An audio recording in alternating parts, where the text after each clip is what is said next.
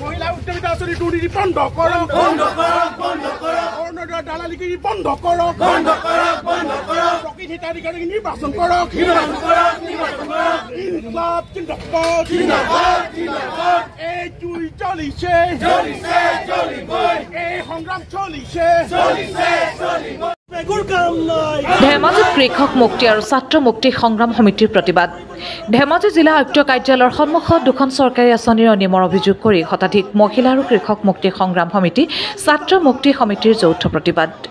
মঙ্গলবাৰে দুপৰীয়া জিলা আয়ুক্ত কাৰ্যালয়ৰ সন্মুখত দুখন চৰকাৰী আঁচনি ৰূপায়ণৰ ক্ষেত্ৰত গুৰুতৰ অভিযোগ কৰি উত্তাল প্ৰতিবাদ সাব্যস্ত কৰে দুই সংগঠনে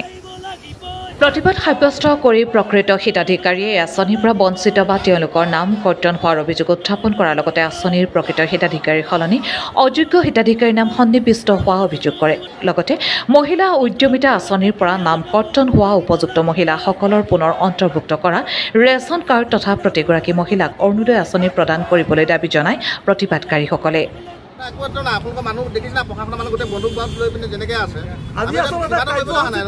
আমাৰ যিমান এই মহিলা যে তেওঁলোকৰ ভুক্তভোগী মহিলাসকল আহিছে আমাৰ যিমান কেইগৰাকীয়ে অভিযোগ দিবলৈ আহিছে তাতকৈ আচলতে ধেমাজি আয়ুক্ত মহোদয়ে ইয়াত পুলিচ বাহিনীটো বেছি ৰাখিছে কি প্ৰয়োজন আছিল আমি খুব নিয়াৰিকৈ কথাকেইটা পাতি মেমৰি নামখন দি যাব আহিছোঁ পিএমলৈ কি প্ৰয়োজন আছিল এনেকুৱা ধৰণৰ এটা ব্লেকমেইলিং কৰি ভয় খুৱাবৰ একো প্ৰয়োজন নাছিল কিবা প্ৰয়োজন আছিল আমি কিন্তু ভয় খোৱা মানুহ নহয় দেই আমি কৃষকমুক্তি ছাত্ৰমুক্তি আমি কিন্তু ভয় খোৱা মানুহ নহয় আমাৰ কথাটো হৈছে যে অসমৰ বিভিন্ন প্ৰান্ততে আচলতে কৃষক মুক্তি সংগ্ৰাম সমিতি অৰুণোদয় আৰু উদ্যমিতা আঁচনিৰ ওপৰত আমি আন্দোলন আৰম্ভ কৰি আছোঁ আজি পুনৰ আহি ধেমাজি জিলা কৃষক মুক্তি সংগ্ৰাম সমিতি আৰু ধেমাজি জিলা ছাত্ৰ মুক্তি সংগ্ৰাম সমিতিৰ উদ্যোগত আজি ধেমাজি আয়ুক্তৰ কাৰ্যালয়ত আমি এই প্ৰতিবাদী কাৰ্যসূচী গ্ৰহণ কৰিছোঁ আমাৰ কথাটো হৈছে যে অসমৰ মুখ্যমন্ত্ৰী হিমন্ত বিশ্ব শৰ্মাই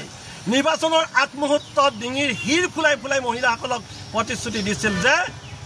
প্ৰতিটো গোটৰ প্ৰতিগৰাকী মহিলাক উদ্যমিতাৰ আঁচনিৰ জৰিয়তে তেওঁলোকক 10,000 টকাকৈ দিব নিজে নিজে চলিব পৰাকৈ এতিয়া আমি দেখিবলৈ পাইছোঁ যে তেওঁলোকৰ বিজেপি দলৰ জিলা সমিতিৰ বিষয়ে হওক বা ই সাধাৰণ বুথ কমিটিৰ সভাপতি সম্পাদকে হওক প্ৰত্যেকে কেৱল বিজেপিকৰণ কৰি তেওঁলোকৰ লগত ভোট ভিক্ষা কৰিবলৈ নোযোৱা তেওঁলোকৰ বিজেপি পতাকাৰ তলত ঘূৰি নোপোৱা মহিলাসকলক তেওঁলোকে এই উদ্যমিতাৰ আঁচনিৰ পৰা তালিকাৰ পৰা অন্তৰ্ভুক্তৰ পৰা বঞ্চিত কৰিছে আমি হিমন্ত বিশ্ব শৰ্মাক ইয়াৰ পৰাই দাবী জনাব বিচাৰিছোঁ যে আপুনি দিয়া প্ৰতিশ্ৰুতি ৰক্ষা কৰি প্ৰতিগৰাকী মহিলাক প্ৰতিটো গোটৰ প্ৰতিগৰাকী মহিলাক উদ্যমিতাৰ আঁচনিৰ জৰিয়তে 10,000 টকা দিব লাগিব অন্যথা কিন্তু তোমাক 2026 চনত আৰু শান্তিত থাকিবলৈ নিদিম দ্বিতীয় কথাটো হৈছে হিমন্ত বিশ্ব শৰ্মাই নিজেই ফুলজাৰি মাৰি কৈছিল যে ৰেচন কাৰ্ড থকা প্ৰতিগৰাকী মহিলাক অৰুণোদয়ত অন্তৰ্ভুক্ত কৰিব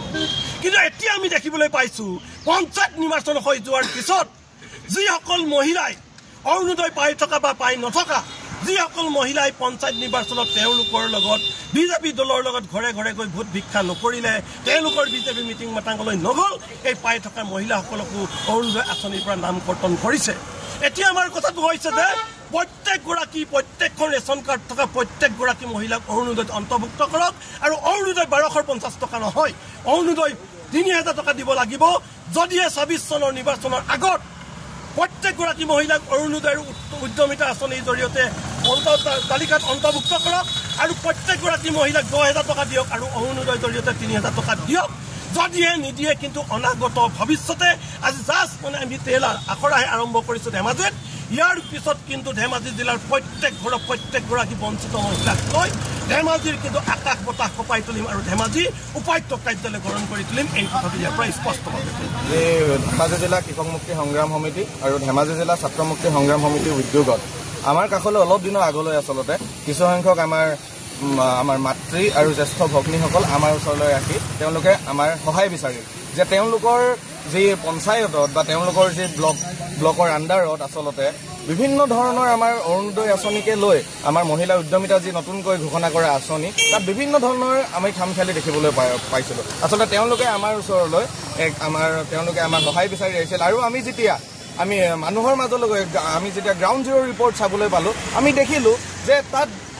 2জনতকৈ অধিক সন্তান হ'লে সেই আঁচনি আচলতে তেওঁলোকে লাভ কৰিব নোৱাৰে বা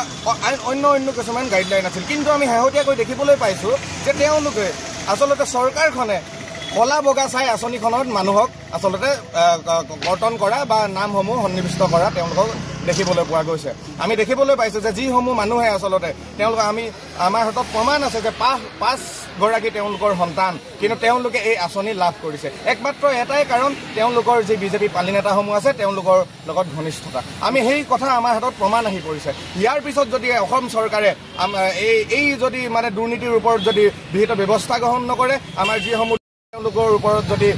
মানে কিছু একশ্যন নলয়, তেনেহ'লে আমি ইয়াতকৈ তীব্ৰতৰ প্ৰতিবাদ কৰিবলৈ বাধ্য হ'ম। আমি সদায় কৃষক মুক্তি সংগ্ৰাম সমিতি আৰু ছাত্ৰ মুক্তি সংগ্ৰাম সমিতি ৰাজ্যৰ পক্ষত থকা এটা সংগঠন। আমি ৰাইজৰ দাবী সদায় উত্থাপন কৰোঁ। চৰকাৰৰ দৃষ্টিগোচৰ কৰিবৰ বাবে আমি আন্দোলন কাৰ্যসূচী আজি ধেমাজি সদৰত জিলা আয়ুক্ত কাৰ্যালয় ঘেৰাও আমি আজি কাৰ্যসূচী গ্ৰহণ কৰিছোঁ।